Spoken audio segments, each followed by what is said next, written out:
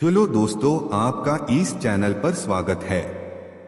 आज हम इस वीडियो में आपको एक राजकुमारी की कहानी सुनाते हैं जिसे अपना जीवन एक वेश्या के रूप में गुजारना क्यों पड़ा। इसलिए इस चैनल को सब्सक्राइब जरूर करें। तो चलिए शुरुआत करते हैं वीडियो की। भारतीय इतिहास में सबसे खूबसूरत जिस महिला का जिक्र किया गया है उसका नाम था आम्रपाली। आम्रपाली को अपनी खूबसूरत की कीमत भी चुकानी पड़ी थी। सबसे खूबसूरत महिला के रूप में प्रसिद्ध आम्रपाली को अपने खूबसूरती का कीमत वेश्या बनकर चुकानी पड़ी। वन आम्रपाली ने खुद नहीं चुना था, बल्कि वैशाली नगर की शांति बनाए रखना चाहती थी, इसलिए उसने किसी से भी विवाह नहीं किया था। आम्रपाली ने सालों तक वैशाली के अमीर लोगों को मनोरंजन किया, लेकिन जब वे गौतम बुद्ध के संपर्क में आई तो बौद्ध भिक्षुक बन गई। आपको बता दें कि भगवान बुद्ध के संपर्क में ऐसे कई लोग आए जो अपने असल जीवन में कुछ और थे और भगवान बुद्ध से मिलने के बाद पूरी तरह बदल गए। भगवान बुद्ध के साथ रहने और उनके विचारों का कमाल था कि कई लोग अपना पुराना जीवन छोड़कर उनके साथ हो गए। आम्रपाली भी उनमें से एक थी जो वेश्या से बौद्ध भिक्षुक बनी। आम्रपाली के माता पिता का पता नहीं, लेकिन जिन्होंने उसको पाला था उन्हें वह आम के पेड़ के नीचे मिली थी, इसलिए उसका नाम उन्होंने आम्रपाली रख दिया था। आम्रपाली इतनी खूबसूरत थी कि उन्हें देखने के बाद कोई भी अपनी आंखें उन पर से हटा ही नहीं पाता था। लेकिन उसकी यही खूबसूरती, उसका यही आकर्षण उसके लिए शाप बन गया। एक आम लड़की की तरह वो भी खुशी खुशी अपना जीवन जीना चाहती थी, लेकिन ऐसा हो नहीं सका। वह अपने दर्द को कभी बयां नहीं कर पाई। आम्रपाली जब बड़ी हुई, आम्रपाली जैसे जैसे बड़ी हुई, उसकी खूबसूरती बढ़ती गई और जो कोई भी उन्हें देखता अपनी पत्नी बनाने के बारे में ही सोचता।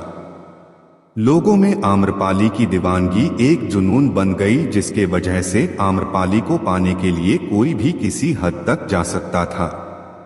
आम्रपाली के माता पिता जानते थे कि आम्रपाली को जिसको भी सौंपा गया तो बाकी के लोग उनके दुश्मन बन जाएंगे और वैशाली में खून की नदियां बह जाएंगी। इसीलिए वह किसी भी नतीजे पर नहीं पहुंच पा रहे थे। इसी समस्या का हल खोजने के लिए एक दिन वैशाली में सभा का आयोजन हुआ। इस सभा में मौजूद सभी लोग आम्रपाली से विवाह करना चाहते थे, तो निर्णय करना मुश्किल हो गया था। इस समस्या का सुलझाने के लिए अलग अलग विचार सामने आए, लेकिन कोई समाधान नहीं हो सका। लेकिन आखिर में जो निर्णय लिया गया उसने आम्रपाली की तकदीर को अंधेरे में धकेल दिया। सर्वसम्मति के साथ आम्रपाली को नगरवधू यानी वेश्या घोषित कर दिया। बुद्ध अपने एक प्रवास में वैशाली आए। उनका एक शिष्य भिक्षा मांगने आम्रपाली के महल पहुंचा। आम्रपाली उसे देखते ही प्रेम में पड़ गई। आम्रपाली ने उससे कहा कि वर्षाकाल में वो उसके महल में रह सकता है। भिक्षुक ने कहा वो बिना बुद्ध की आज्ञा के कहीं नहीं रुक सकता। आम्रपाली के निवेदन से उसने कहा कि वह बुद्ध से पूछकर जवाब देगा।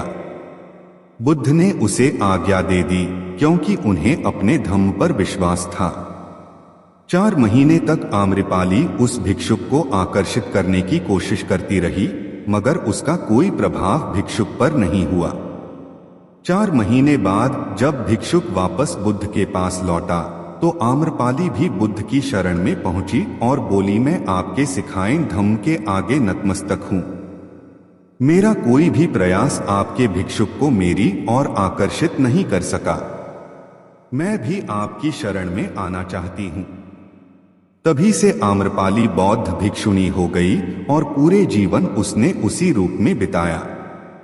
कहानी कैसी लगी आप कमेंट में जरूर लिखें और हमारे चैनल को सब्सक्राइब जरूर करें। धन्यवाद।